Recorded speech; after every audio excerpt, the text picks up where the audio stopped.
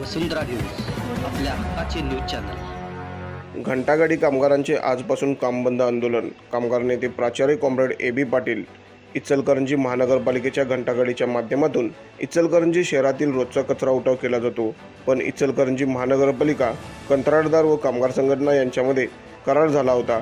1 जानेवारीपासून झालेल्या कराराप्रमाणे DSR प्रमाणे जो काही कामगारांचा पगार आहे त्यामध्ये थोडी तडजोड करून त्या पद्धतीने पगार देण्याचे ठरले होते।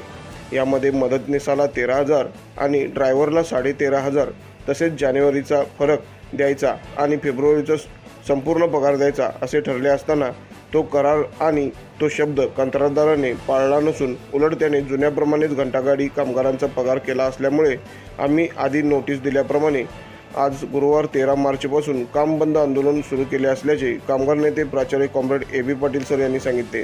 यावेळी विठ्ठल कांबळे, रविराज कांबळे, सचिन साठे, प्रशांत तिवडे, अंकुश कुरणे, महेश धुमाळ, अविनाश बिसे आदींसह घंटागाडीवरील सर्व कामगार कर्मचारी उपस्थित होते। महापालिका, कंत्राटदार आणि आमची संघटना याच्यामध्ये करार झाला होता महापालिकेमध्ये।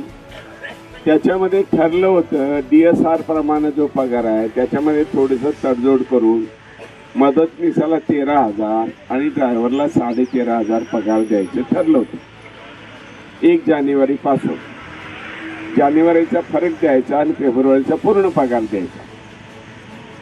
तो करार आणि तो शब्द कंत्राटदारांनी पाळला नाही, जुन्याप्रमाणेच पगार केलाय। त्यामुळे आम्ही आधी नोटीस दिल्याप्रमाणे काम बंद आंदोलन आजपासून चालू केलेलं आहे। चॅनलला सबस्क्राइब करा आणि परिसरातील ताज्या घडामोडी सर्वात आधी बघण्यासाठी बेल आयकॉनला क्लिक करा।